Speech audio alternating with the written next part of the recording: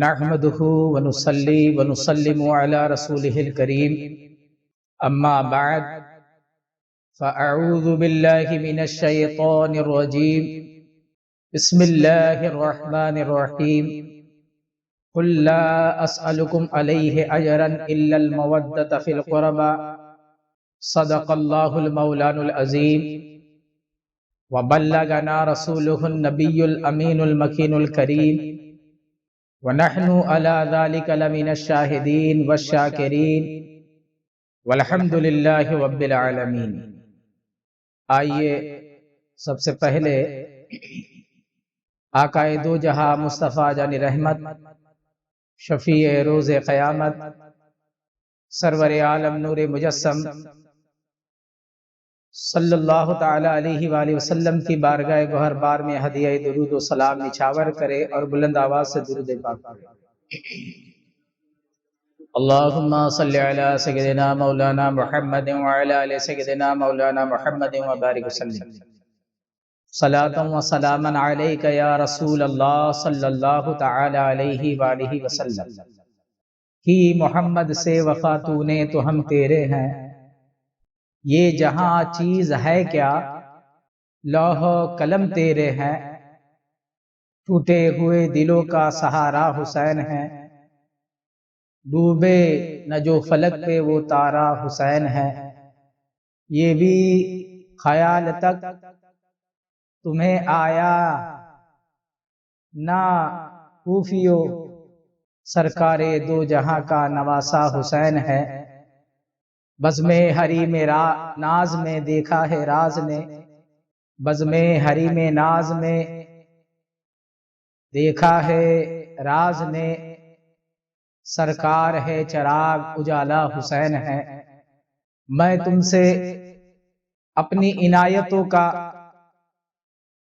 کوئی بدلہ نہیں مانگتا، میں تم سے اپنی مہربانیوں کا کوئی بدلہ نہیں مانگتا، میں تم سے ایمان عطا فرمانے کا کوئی بدلہ نہیں مانگتا، میں نے تمہیں اسلام دیا، انسانیت سکھائی، علم دیا، عبادتیں سکھائی، تم کو رب سے ہم کلامی سکھائی، رب کی بارگاہ میں کھڑا ہونے کے آداب سکھائے، لیکن میں اس پر تم سے کوئی اجرت طلب نہیں کرتا۔ میرے آقا محمد عربی صلی اللہ علیہ وسلم کو اللہ تعالی قرآن میں فرما رہا ہے کہ اے نبی آپ فرما دیجئے کہ میں تم سے کوئی اجرت طلب نہیں کرتا، مگر تم پر میرے قرابت داروں کی محبت واجب ہے، یعنی حضور علیہ السلام کہ جو قرابت دار ہے ان سے محبت کرنا ہے۔ نماز کی کوئی قیمت نہیں مانگی، روزوں کی کوئی قیمت نہیں مانگی، حج کی کوئی قیمت نہیں مانگی، یہ محبتوں کی بہاروں کی کوئی قیمت نہیں مانگی، تمہیں حیوان سے انسان بنایا اس کی کوئی قیمت نہیں مانگی۔ قیمت اگر دینا ہی ہے تو صرف یہ کہا کہ جو میرے رشتہ دار ہے، جو میرے قرابت دار ہے، ان سے محبت تم پر واجب کی جاتی ہے، ان سے محبت کرنا تمہارے لیے ضروری ہے۔ صحابہ کرام نے پوچھا یا رسول اللہ اس آیت کے اندر وہ کون لوگ ہیں جن سے آپ کی محبت کرنا ہم پر واجب قرار دیا ہے؟ تو نبی دو جہاں مصطفیٰ جان رحمت صلی اللہ علیہ وسلم ارشاد فرماتے ہیں علی فاطمہ اور ان کے دو بیٹے، لی خمسۃ اطفی بہا حر الوباء الحاتمہ المصطفیٰ والمرتضی وابناہما والفاطمہ، یہ بیدم یہی تو پانچ ہے مقصود کائنات، خیر النساء حسین و حسن مصطفیٰ علی۔ یاد رکھیے کہ علی سے محبت ضروری ہے، سیدہ کائنات سے محبت ضروری ہے، حسن و حسین سے محبت ضروری ہے۔ اگر آپ اہل بیت سے محبت نہیں کرتے تب تو آپ راہ راست پر نہیں ہو، آپ ایمان والے نہیں ہو بلکہ آپ گمراہ ہو۔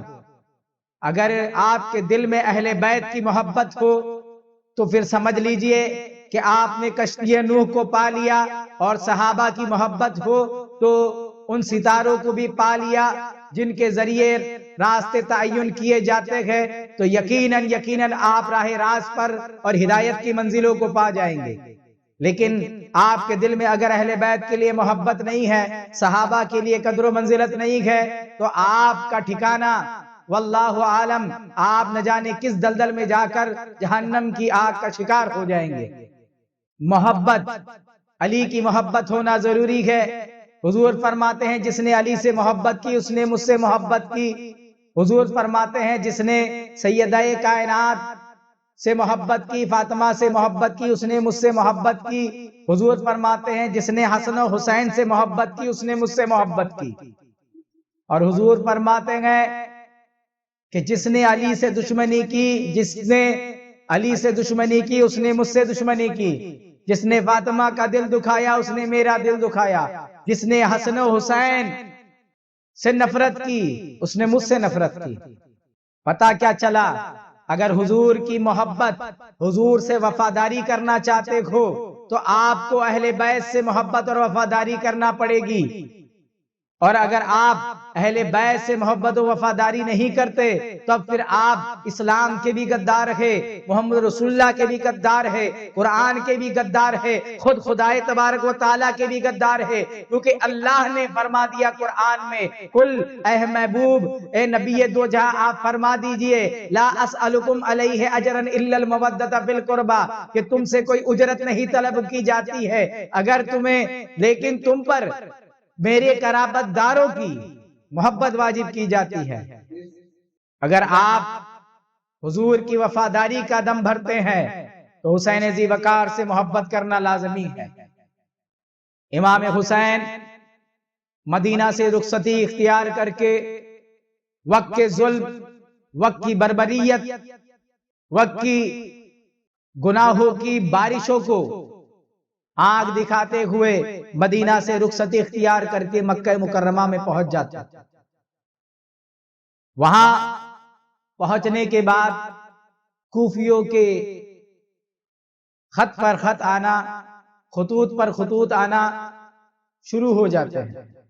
خطوط پر خطوط، خط پر خط، اور خطوں کا تاتا بن جاتا ہے، اور خطوں کا مضمون کچھ اس طرح سے ہوتا ہے کہ آپ تشریف لے آئیے، آپ کوفہ میں جلوہ فرمائیے، ہم یہاں یزید کو قبول نہیں کرتے، ہم چاہتے ہیں کہ خلیفہ عادل ہونا چاہیے، خلیفہ پھر خلافت رشد و ہدایت والی ہونا چاہیے، اور اگر آپ تشریف لاتے ہیں تو پھر خلافت رشد و ہدایت والی، عدل و انصاف والی ہوگی، ورنہ یزید تو ظالم ہے۔ اور جو ہے اس طریقے کے مضمون کے خطوط آنے لگے، بے شمار خطوط کے ڈھیر لگنے لگے۔ یا امام حسین علیہ السلام نے یہ فیصلہ کیا کہ ٹھیک ہے، کیا کیا جائے؟ امام حسین علیہ السلام کو صحابہ کرام جو مکہ مکرمہ میں موجود تھے وہ کوفہ جانے سے روک رہے تھے کہ آپ کوفہ نہ جائیے، کیا آپ نہیں جانتے کہ ان کوفیوں نے آپ کے بابا علی کے ساتھ کیا بے وفائی کی؟ آپ کے بڑے بھائی امام حسن مجتبی علیہ السلام کے ساتھ کیا بے وفائی کی؟ یہ آپ کے ساتھ بھی بے وفائی کریں گے، یہ آپ کے ساتھ بھی غداری کریں گے، اور یہ آپ کو رسوا کر دیں گے۔ تو صحابہ کرام کسی نے یہ نہیں کہا تھا کہ یا حسین آپ یزید کی بیعت کر لو، یہ کسی صحابی نے نہیں کہا تھا۔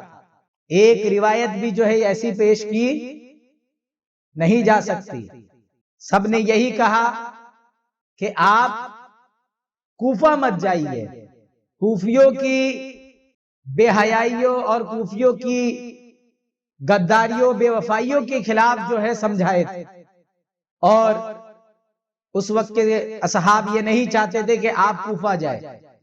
بالآخر ایسا بھی خط امام حسین کو موصول ہوئے جس میں لکھا تھا کہ یا حسین، اگر آپ کوفہ تشریف نہیں لاتے ہیں تو ہم آپ بروز حشر آپ کے دامن گیر رہیں گے کہ ہم نے ایک حسین ابن علی کو مدعو کیا تھا کہ وہ آئے اور ظلم کے خلاف، بربریت کے خلاف ہمارا امام بن کر، امام عدل و انصاف اور رشد و ہدایت بن کر ہمیں راہ دکھائے اور ہمیں منظم طریقے سے چلائے۔ اس وقت آپ ہمارے پاس تشریف نہیں لائے، اگر آپ نہیں آئیں گے تو آپ کے دامن گیر ہوں گے۔ اس طریقے کے بھی خطوط آئے۔ تب امام حسین علیہ السلام نے حضرت مسلم بن عقیل کو کوفہ بھیجنے کا فیصلہ کیا، اور مسلم بن عقیل صحابہ روک رہے تھے تو خطوط بہت سارے خط آئے، امام حسین گئے نہیں۔ تو اتنے سارے خط آنے کے بعد بھی امام حسین نہیں گئے۔ اس کی کیا وجہ تھی؟ اس کی وجہ یہی تھی کہ امام حسین ظلم کے خلاف نکلے تھے، خلافت پانے کے لیے نہیں نکلے تھے۔ خلافت تو وہ امت کے حوالے چھوڑ رہے تھے کہ امت جسے انتخاب کرنا گے اسے انتخاب کر لے، ظلم کے خلاف آواز تھی۔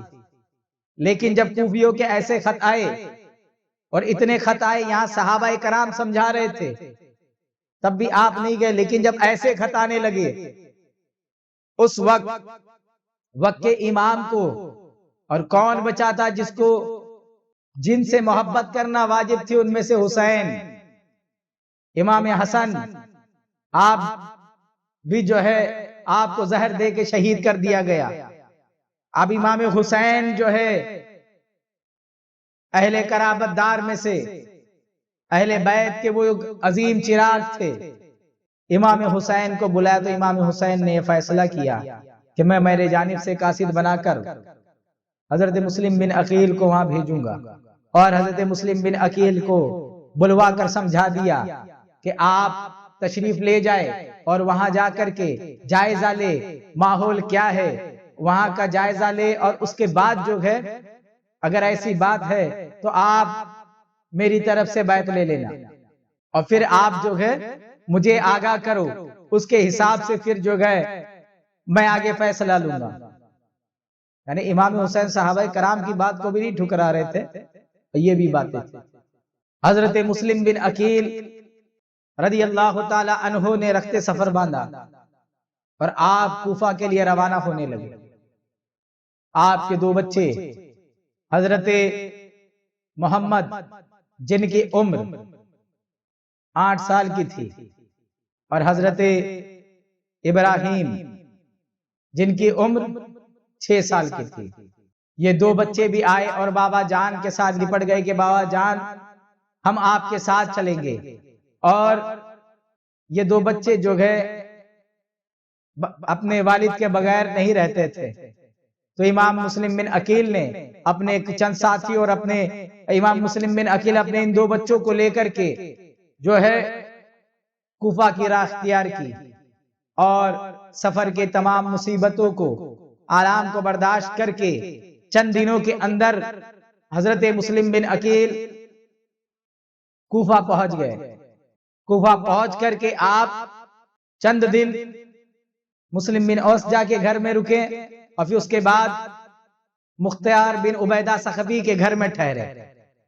تو لوگ کوفہ والے جوگ در جوگ، جماعت در جماعت، گروپ در گروپ آ کر کے جو ہے آپ سے بیعت لینے لگا۔ امام حسین کے ہاتھ پر، آپ کے ہاتھ کے امام حسین کی بیعت قبول کرنے لگا۔ دیکھتے دیکھتے دیکھتے 18,000 کوفیوں نے بیعت کر دی۔ جب حضرت مسلم بن عقیل نے جائزہ لیا کہ یہ بیعت کر رہے ہیں، قسمیں کھا رہے ہیں، وعدے کر رہے ہیں، اور قسمیں جو بیعت کرنے آتے بیعت کرتے اور قسمیں کھاتے، اور قسمیں بھی کیسی کھاتے ہیں کہ وقت آیا تو آپ پر جان دے دیں گے، مال دے دیں گے، گھر قربان کر دیں گے، مرنے تیار تھے، مارنے تیار تھے، ایسی بیعتیں لے رہے، ایسی بیعت کر رہے تھے، ایسے وعدے کر رہے تھے، ایسی قسمیں کھا رہے تھے۔ حضرت مسلم بن عقیل نے جب دیکھا یہ تو بہت ہی محبت والا ماحول دکھ رہا ہے، بہت ہی محبت والا ماحول دکھ رہا ہے، تو حضرت مسلم بن عقیل نے امام حسین علیہ السلام کو خط لکھ بھیجا، اور ایک عابس نامی قاصد کے ذریعے امام حسین علیہ السلام کی بارگاہ میں پیغام بھیج دیا کہ یا امام، یہاں تو ہر کوئی جو ہے بیعت کر رہا ہے، قسمیں کھا رہا ہے، اور آپ کی اطاعت کے لیے تیار ہے، آپ پہ جان دینے تیار ہے، تو آپ تاخیر نہ فرمائے، جلد سے جلد تشریف لائے۔ یہاں بیعتوں کا سلسلہ جاری ہی تھا، یہاں بیعتوں کا سلسلہ جاری ہی تھا، اور لوگ آ کر بیعت پر بیعت ہو رہے تھے۔ وہیں مسلم بن عبداللہ حضرمی نامی ایک بنو امیہ کا حامی تھا، یزید کا شیدائی تھا، اسے یہ بات کھل رہی تھی، اس نے جا کر کے حضرت نعمان بن بشیر، یہ صحابی رسول تھے اور کوفہ کے گورنر تھے اس ٹائم کے، نعمان بن بشیر، ان سے جا کر کے کہا کہ کیا تمہیں ماحول دکھتا نہیں ہے؟ کیا آپ کو سمجھ نہیں آ رہا ہے کہ لوگ مسلم بن عقیل کے ہاتھ پر بیعت کر رہے ہیں حسین کی، اور یزید کی مخالفت کر رہے ہیں؟ کیا آپ کو سمجھ میں نہیں آتا کہ ایسی مخالفت نہیں ایکسپٹ کرنا چاہیے، اور آپ کو جو ہے کارروائی کرنا چاہیے، مسلم بن عقیل کے خلاف آپ کو کارروائی کرنا چاہیے؟ تو آپ نے کہا کہ ٹھیک ہے، دیکھتے ہیں کہ اس کے اوپر کچھ کارروائی کی جائے گی۔ حضرت مسلم بن عقیل بیعت پر بیعت لیے جا رہے تھے، لوگ آ رہے تھے، بیعت کر رہے تھے، روایتوں میں آتا ہے 40,000 بیعتیں ہوئی۔ بیعتیں کہاں تک؟ ہاں، اتنی بیعتیں لی گئی، امام مسلم بن عقیل کے ہاتھ پہ بیعت ہو رہے، یا نعمان بن بشیر آئے اور تنبیہ کیے کہ آپ لوگ یہ جو کر رہے ہیں یہ حکومت کے خلاف ہے، یہ یزید کے خلاف ہے، اور آپ کو تنبیہ کیے اور چلے گئے حضرت نعمان بن بشیر، اور حضرت مسلم بن عقیل پہ کوئی خاص سختی نہیں کیے، کیونکہ صحابی رسول تھے، عاشق رسول تھے، اور اہل بیت کی دل میں ادب و احترام تھی، تو ان سے وہ بات ہو ہی نہیں پا رہی تھی کہ ہم ان کو جو ہے لتاڑے یا کچھ اس طریقے سے کریں۔ تو مسلم بن عقیل کو تنبیہ کر کے یہاں یہ مسلم بن عبداللہ حضرمی اسے ہضم نہیں ہوا، تو اس نے یزید کو خط لکھ دیا کہ یہاں نعمان بن بشیر مسلم بن عقیل پہ کوئی ایکشن نہیں لے رہے، اور یہاں یہ آئے ہیں اور حسین کی بیعت لے رہے ہیں، اور یہاں تقریباً پورے شہر کے لوگ بیعت کر چکے ہیں۔ ایسا جو ہے خط یزید کو لکھ دیا۔ یزید کو جیسے ہی خط ملا، یزید آگ ببولا ہو گیا، یہ کیا ہے، اور اپنے ساتھیوں کو بلا کر کے مشورہ کیا۔ مشورے میں یہ بات طے پائی کہ بصرہ کے حاکم عبید اللہ ابن زیاد کو کوفہ سونپ دو، وہ جو ہے بڑا سخت حاکم ہے، بڑی سختی سے جو ہے رعایا کے ساتھ نپٹتا ہے، وہ کوفہ والوں کو نپٹ لے گا۔ تو یزید نے عبید اللہ بن زیاد کو سارا ماجرا لکھ بھیجا اور سمجھا بھیجا کہ جو ہے جلد سے جلد اس پر ایکشن لیا جائے۔ جس دن عبید اللہ بن زیاد کو خط ملا، اسی دن امام حسین علیہ السلام کا ایک قاصد بصرہ بھی گیا تھا۔ بصرہ میں جس دن یہ ملا، اسی دن جو ہے وہ قاصد پہنچا تھا لوگوں کے پاس امام حسین کا خط لے کر کے، اور لوگوں کو بتانے لگا۔ امام حسین علیہ السلام کے اس خط کا مضمون تاریخ میں آتا ہے کہ آپ نے یہ کہا کہ میں حسین ابن علی آپ کو جو ہے سنت رسول اللہ صلی اللہ علیہ وسلم کی دعوت دیتا ہوں، کیونکہ سنت کو مٹا دیا گیا ہے اور بدعت عام ہو گئی ہے، یعنی حضور کے طریقے کو ختم کر دیا گیا ہے، اور لوگوں نے گمراہیوں کو عام کر دیے ہے۔ کس کو؟ یہ جو بدعت آپ نے لکھے یہ بدعت سیئہ، یعنی گمراہی کو عام کر دیا ہے۔ کس کو؟ دلالت کو عام کر دیا ہے۔ تو امام حسین بتا رہے ہیں کہ امام حسین کیوں نکلے تھے، امام حسین جو مصطفیٰ کا طریقہ تھا جو مٹا دیا گیا تھا اسے زندہ کرنے نکلے رہے. اسی لیے تو غریب نواز کہتے ہیں کہ دین است حسین. کیا فرماتے ہیں؟ یہ مضمون کا خط لے کر کے لوگوں کے پاس جب امام حسین کا قاصد پہنچا تو وہاں کے لوگ دیکھ ہی رہے تھے، کیونکہ عبید اللہ ابن زیاد بڑا سخت تھا. تو لوگوں نے سوچا کہیں ایسا تو نہیں کہ ہم کو آزمانے کے لیے بھیج دیا ہے ہم کو، کہ کہیں ہم حسین کے ساتھ ہو جائے بعد میں ہمارے ساتھ سخت معاملہ پیش آئے. ماحول کیسا تیار کر رکھا تھا، خلفائے راشدین کا دور کیا تھا، اور یہ حکومت کا دور، یہ بربریت کا ظلم کا دور اور خوف مبتلا کر دینے والا دور کیا تھا. اگر تم واقعی میں ایسے خلیفہ تھے تو لوگوں کو ڈرا کے دھمکا کے کیوں، سب کی محبت سے بننا تھا. لیکن نہیں، تم ڈرا کے دھمکا کے جو ہے آپ کو بننا تھا. اور آپ کہیں گے کہ اس دور کے دوسرے صحابہ نے کیوں نہیں کیا، تو میں کہوں گا اس دور کے مسلمانوں سے تم ظلم کے خلاف آواز کیوں نہیں اٹھا رہے؟ تم بھی دیکھ رہے ہو کہ ظلم ہوتا ہے، پھر تم سکوت کیوں اختیار کیے ہوئے؟ کیونکہ جب ظالم حکمران اقتدار میں ہوتا ہے پھر لوگ حکمت مصلحت سے کام لیتے ہیں اور جان کی قربانی کرنے والے بہت کم ہوتے ہیں. اپنی زندگانیوں کی قربانی دینے والے تو وقت اور حالات کے مد نظر مصلحت پسند کرنے والے لوگ بھی ہوتے ہیں، اور وقت کی ظلم کے ساتھ ٹکر لے کر کی جان قربانی کرنے والے بھی ہوتے ہیں. اور امام حسین وقت کے ظلم کے ساتھ بھیڑ جانے والوں میں سے تھے. وہ کسی مصلحت کے ماتحت ظلم کو برقرار رہ کر کے آگے جاری رکھنے والوں میں سے نہیں تھے. اور امام حسین کو یہ بھی پتا تھا کہ جب میرا خون بہے گا، میرے خون بہنے کے بعد اس ظلم پر ایک روک لگ جائے گی، اس ظلم پر ایک. تو امام حسین نے لکھا تھا اس قاصد کو جو ہے ابن زیاد نے مروا دیا، اس کو قتل کروا دیا، اور پھر کوفہ کے لیے روانہ ہوا. کوفہ پہنچنے کے لیے کہ قریبی تھا، قادسیہ پہ پہنچا اور اس طرف پہنچا جس طرف سے جو ہے حجاز کے لوگ آتے ہیں، عرب کے لوگ آتے ہیں.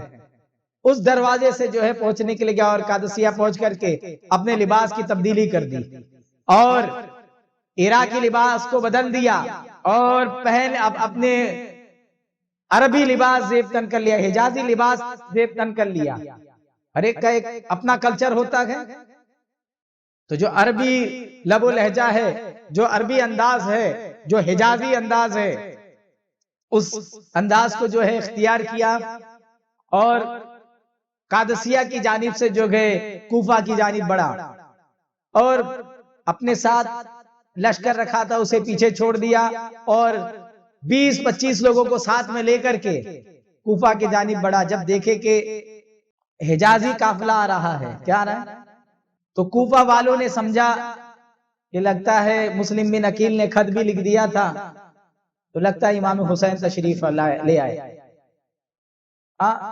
تو لوگوں نے خیر مقدم کرنا شروع کیا، مرحبا بک یا ابن رسول اللہ کے نعرے بلند کیے، خیر مقدم کہا، قدیم تا خیر مقدم کے نعرے بلند کیے، آپ کا جو ہے خیر مقدم کرنے لگے اور جو ہے آپ کا استقبال کیا. اور ابن زیاد جو حجازی لباس پہن کر نقاب پوشی کے عالم میں گورنر ہاؤس تک پہنچ گیا اور گورنر ہاؤس کے وہاں پہنچنے کے بعد گورنر ہاؤس میں داخل ہو گیا اور یہاں مسلم بن عقیل کو پتا چلا کہ امام حسین علیہ السلام تشریف لے آئے ہیں. تو آپ نے پوچھا کہاں ہے، کہا کہ آپ تو جو گئے گورنر ہاؤس میں گئے. کہاں گئے؟ گورنر ہاؤس میں گئے. امام مسلم بن عقیل، یہاں ایک بات کو روشنی ڈالتا ہوں کہ اس بات کو سمجھ کے چلیے کہ مسلم بن عقیل وہ اللہ کے فضل و کرم سے مسلم بن عقیل امام حسین کے وہ نمائندہ تھے جو امام حسین علیہ السلام کی فکر کو بہت اچھی طرح جانتے اور پہچانتے تھے، جس کو امام حسین نے انتخاب کر کے اپنے بدلے بھیجا ہو، اپنا نائب بنا کے بھیجا ہو، اپنا سفیر بنا کر بھیجا ہو، اپنا خاص نمائندہ بنا کے بھیجا ہو، تو اس کا عالم کیا تھا؟ تو آپ امام حسین علیہ السلام کے مزاج سے پوری طرح سے واقف تھے، اور آپ کا ایک ایک عمل گویا کہ امام حسین کے پیغام کی غمازی کرتا ہے۔ اس لیے امام حسین علیہ السلام نے مسلم بن عقیل کو بھیجا تھا، ورنہ اہل بیت میں اور بھی تھے۔ تو حضرت مسلم بن عقیل نے جب سنا تو کہا کہ نہیں، ہو ہی نہیں سکتا، اگر امام حسین آئیں گے تو مسجد کوفہ میں آئیں گے، گورنر ہاؤس میں نہیں جائیں گے۔ پھر تھوڑے دیر بعد پتا چلا کہ امام حسین تشریف نہیں لائے گئے، بلکہ جو ہے کوفہ کے والی کو بدل دیا گیا ہے، حاکم کوفہ کی تبدیلی کر دی گئی ہے، اور نعمان بن بشیر کو معزول کر کے عبید اللہ ابن زیاد کو جو ہے اس عبید اللہ ابن زیاد کو حاکم کوفہ مقرر کیا گیا ہے، یعنی بصرہ اور کوفہ دونوں کا حاکم بنا دیا گیا ہے۔ اس نے رات گزرنے کے بعد دوسرے دن صبح کو خطبہ دیا، جمع کر کے لوگوں کو، کہ میں مسلمانوں کے خلیفہ یزید کی جانب سے مقرر کیا گیا ہوں، ابن زیاد نے۔ اگر کوئی اپنے گود اجاڑنا نہیں چاہتا ہے، کوئی اپنی بیوی کو بیوہ نہیں کرنا چاہتا ہے، تو یاد رکھ لے کہ جو مسلم بن عقیل کا جو یہاں ماحول پورا چالو ہے، جو بھی ان کے ہاتھ میں بیعت کرے گا یا ایسا کرے گا تو سمجھ لیے اس کے ساتھ ایک دم سختی سے پیش آؤں گا۔ اس مضمون کا ایک خطاب ڈرانے والا، لوگوں کو ڈرانے والا خطاب دیا، اور اس کے بعد یہ رہنے لگا وہاں مسلم بن عقیل کی پہلے جو کھلم کھلا بیعت ہو رہی تھی، بیعت لی جاتی تھی، تو وہ اب جو ہے بیعت کھلم کھلا نہیں ہونے لگی، اور اب مسلم بن عقیل ابن زیاد کے آنے کے بعد جو ہے ہانی بن عروہ کے گھر چلے گئے، اور ان کے گھر رہ کر کے جو ہے وہاں بیعت لیا کرتے تھے۔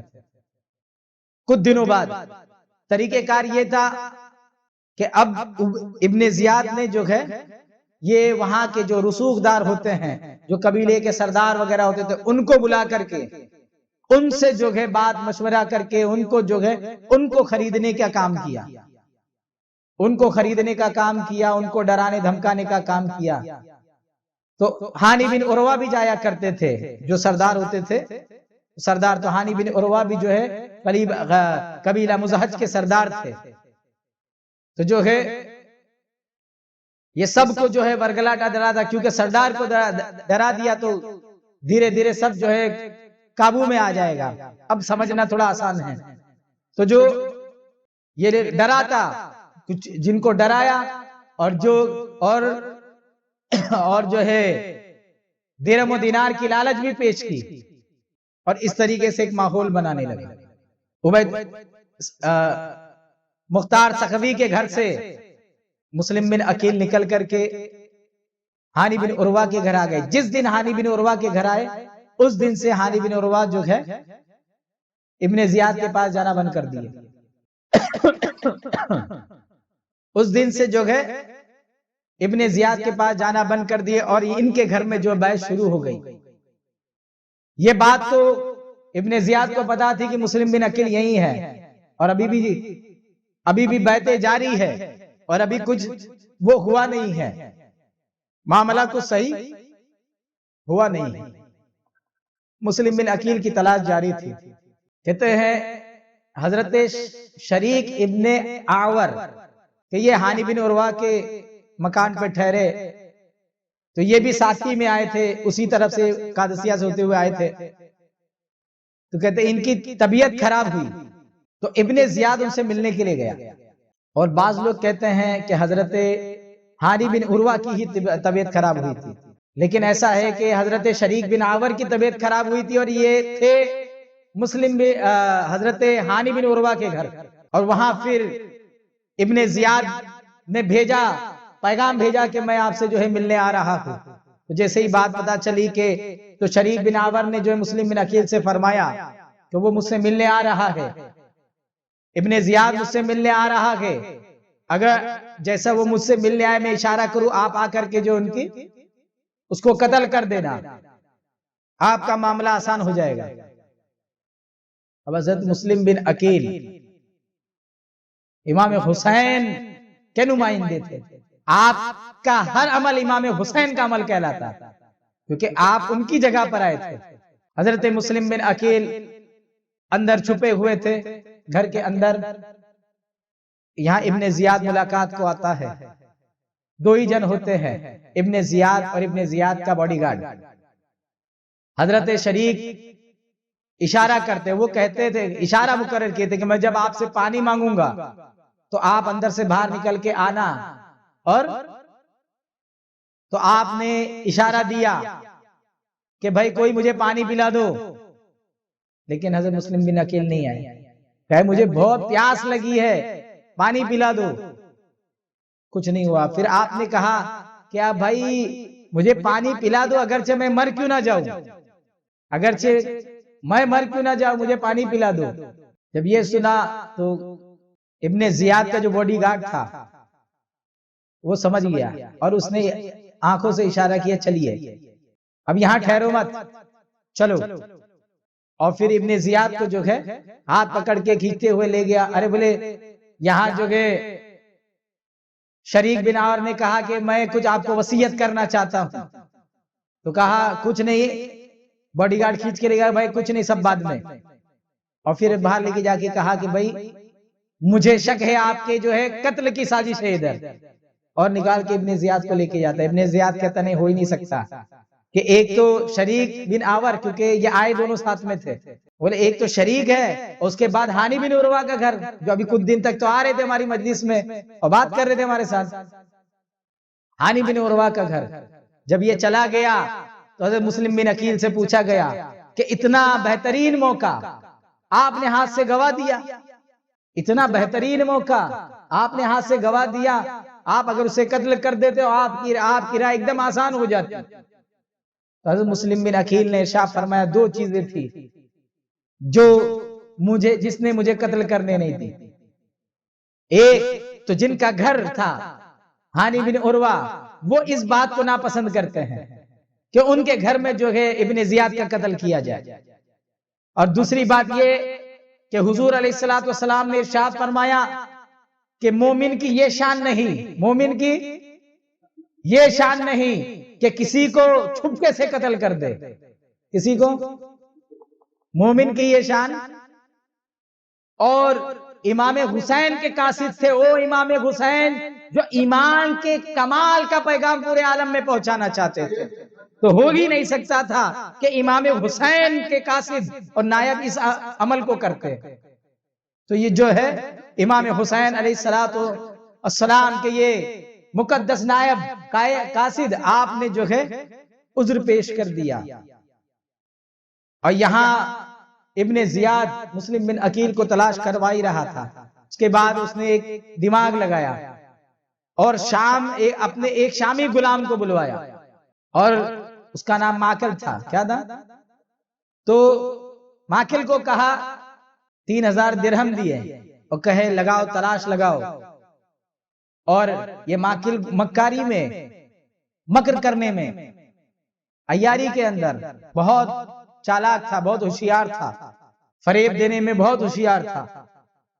اس لیے اس کو بلایا اور 3000 درہم دے کے جاسوسی کے لیے تلاش کرو کہاں ہے مسلم بن عقیل.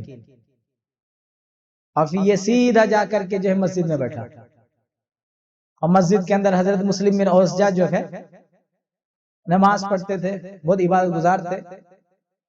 وہ نماز سے فارغ ہوئے تو یہ بھی برابر دیکھ بھال کر کے اندازہ لگا کر کے وجہ ہوگی اس کے پیچھے یہ ہوگا، وجہ ہوگی وہ یہ میں بتا رہا ہوں کہ حضرت مولا کائنات کے فرمودات پہ عمل کرنے کی جو زیادہ نمایاں بات جس میں نظر آتی ہوگی، وہ سمجھ جاتے ہوں گے کہ بھئی یہ اہل بیت کا عاشق ہے تو اہل بیت کے بارے میں جانتا ہوگا. تو مسلم بن اوسجہ ابن اوسجہ جو تھے وہ تو مولا علی کے شیدائیوں میں تھے، تو کچھ وہ فرمودات پہ عمل کرنے کی وجہ سے پہچان لیا ہوگا. تو پہچان لیا کہ یہ جانتے ہوں گے مسلم بن عقیل کے بارے میں. تو ابن اوسجہ کے پاس گئے اور جا کر کہنے لگا کہ میں امام حسین، میں نے سنا ہے کہ یہاں امام حسین کا کوئی نمائندہ آیا ہوا ہے، میں جو اہل بیت کا عاشق ہوں، میں غریب ہوں، میرے پاس جو میرا یہ سرمایہ، میں بھی چاہتا ہوں کہ اپنا یہ نذرانہ جو کہ وہ امام حسین کے قاصد کے بارگاہ میں جو ہے پیش کروں، اور ایک دم چرب زبانی کے ساتھ، مکاری کے ساتھ، ایک دم مکاری کے ساتھ جو ہے باتوں کو پیش کیا۔ حضرت مسلم بن اوزجہ جو ہے اس کو پہچان نہیں پائے۔ مسلم بن اوزجہ سوچے کہ یقیناً جو ہے یہ اہل بیت کا عاشق ہے۔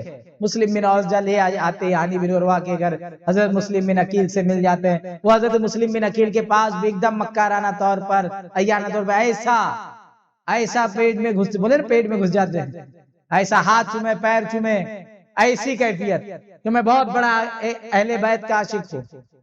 3000 درہم پیش کیے تو حضرت جو ہے مسلم بن عقیل نے جو اس کو ہتھیار خریدنے کے لیے اپنے غلام کو، اپنے جو ہے اہل بیت کے وفادار کو دے دیا، اور یہ صبح کو سب سے پہلے آتا اور شام کو سب سے آخر میں جاتا، کہ بہت بڑا عاشق، خدمت کرتا دن بھر، اور رات میں جا کے ابن زیاد کو پوری رپورٹ دیتا تھا ادھر کیا چل رہا ہے۔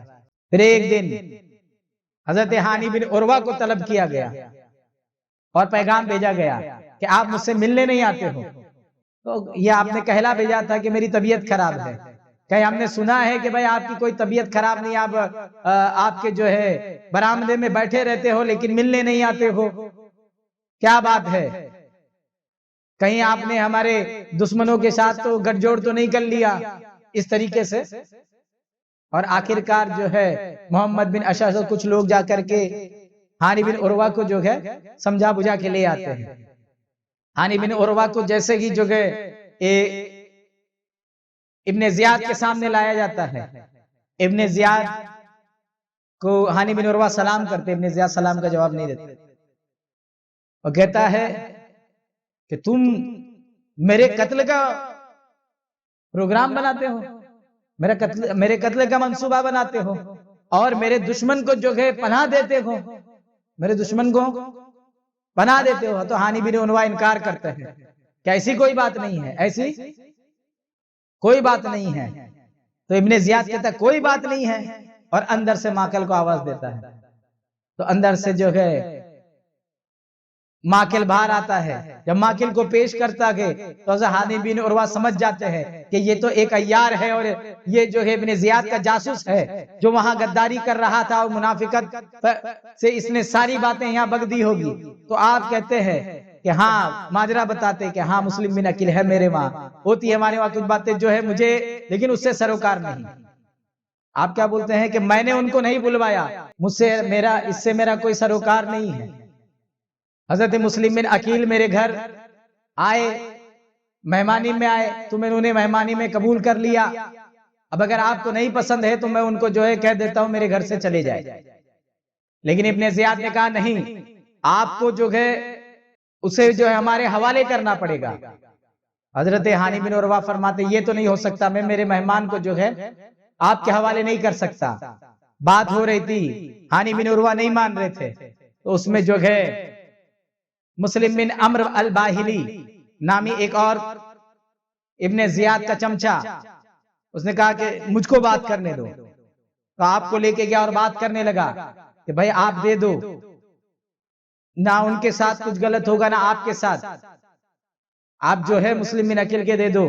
لیکن ہانی بن عروہ نے کہا کہ اگر میں اکیلا بھی ہوتا تو جو ہے میں حوالے نہیں کرتا، اور اب میرے تو ابھی مددگار سب لوگ موجود ہے، تو میں کیا حوالے کر دوں، اور میں میرے مہمان کو کسی اور مہمان کو بھی نہیں دیتا، یہ تو اہل بیت کا مہمان ہے، اس کو کیسے دے دوں۔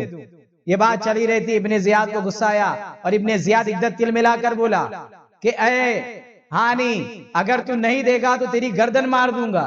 اتنے میں جو کہ حضرت ہانی بن عروہ جواب دیتے ہیں اگر تو گردن مارے گا، تو میری گردن مارنے جائے گا، تب تو پھر تیرے نزدیک جو چمکتی ہوئی تلواریں ہوگی، یعنی میرے قبیلے کے لوگ آ کر کے پھر تیری خیریت نہیں چھوڑیں گے، یہ تیری خیریت نہیں چھوڑیں گے۔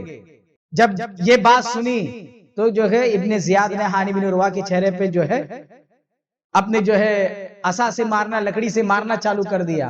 کہتے آپ کا ناک اور آپ کی جو ہے بھاؤں کی جو ہے آنکھ کی ہڈی ٹوٹ گئی اور خون جاری ہو گیا اس سے. پھر جا کے حکم دیا کہ ان کو لے کے جا کے قید کر دو. جب پتا چلا لوگوں کے کہ ہانی بن عروہ، لوگوں کو ایسا پتا چلا کہ ہانی بن عروہ کو جو ہے قتل کر دیا گیا، شہید کر دیا گیا، تو قبیلہ مزہج کے لوگ آ کر کے پورے جو ہے گورنر ہاؤس کا جو ہے گھیراؤ کر لیتے ہیں. پورے گورنر ہاؤس کا گھیراؤ کر لیتے اور باہر شور و گگا ہونے لگ جاتا ہے. اور یہ ڈر کے مارے یہ بھی اپنے جو ہے گورنر ہاؤس کا دروازہ بند کر لیتا ہے. آ کے جب قبیلہ مزہج کے لوگ آ کر کے جو ہے شورش کرنے لگتے ہیں، تو بلوا مچانے لگتے ہیں، تو اب جب یہ دیکھتا ہے بلوا کیسا ہوتا ہے سمجھ میں، وہ ابھی دیکھتے ہیں شری لنکا کے اندر پبلک نے بلوا مچایا تو وہاں کا جو ہے بھگ گیا، تو اس طریقے سے گھیر لیے، بلوا مچانے لگے، تو گورنر ہاؤس کا دروازہ جو ہے بند کر دیا گیا اور اندر جو ہے بہت کم لوگ تھے. سمجھ میں نہیں آتے ابن زیاد نے جو ہے اندر ہی کا قاضی شریح، قاضی یہ بہت عاشق رسول تھے، قاضی شریح وہ قاضی تھے، قاضی بولے تو جج، تو جو ہے کوفہ کے جج تھے وہ، تو قاضی شریح کو حکم دیا، قاضی شریح کو کہا کہ آپ جائیے اپنی آنکھوں سے ہانی بن عروہ کو دیکھ لیجئے، وہ زندہ ہے، اور آپ جا کے کہ ان کے قبیلے والوں سے کہہ دو کہ ہانی بن عروہ زندہ ہے.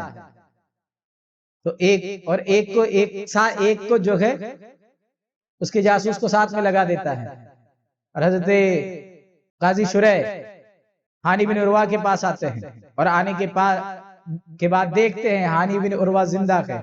ہانی بن عروہ ایک التماس کرتے ہیں کہ آپ میرے قبیلے والوں سے صرف اتنا کہہ دو کہ اندر 10 بھی لوگ آئیں گے تو کافی ہے، اندر 10 بھی آ جائے، میرے قبیلے کے 10 لوگ بھی آ جائے تو کافی ہے.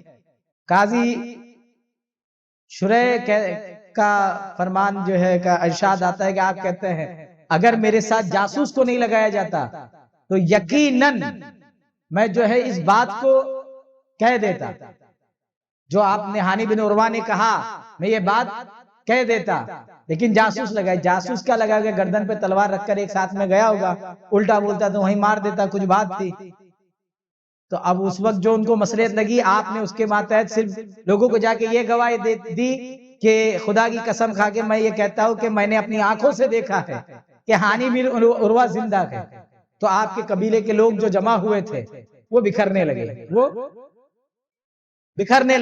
تو حضرت ہانی بن عروہ کے گھر کے جو اہل خانہ واویلا مچانے لگے، آؤ فگا کرنے لگے. مسلم بن عقیل کو پتا چلا کہ قبیلہ مزہج کے لوگ لوٹنے لگے، تو حضرت مسلم بن عقیل نے ایک کوڈ فکس کیا تھا، وہ اور کہا کہ جاؤ یہ نعرہ لگاؤ، یہ باہر جا کر کے نعرہ لگاؤ. تو جب حضرت مسلم بن عقیل نے کہا کہ یا منصور امت کا نعرہ، تو یا منصور امت کا نعرہ جیسے ہی لگا تو ویسے ہی جو ہے دیکھتے ہی دیکھتے جو ہے 18,000 لوگ گھر سے باہر نکل آئے اور جو ہے گورنر ہاؤس کی طرف بڑھنے لگے، اور گورنر ہاؤس کا گھیراؤ کیا، اور ملتے ملتے وہاں 40,000 لوگوں کا تانتا بن گیا.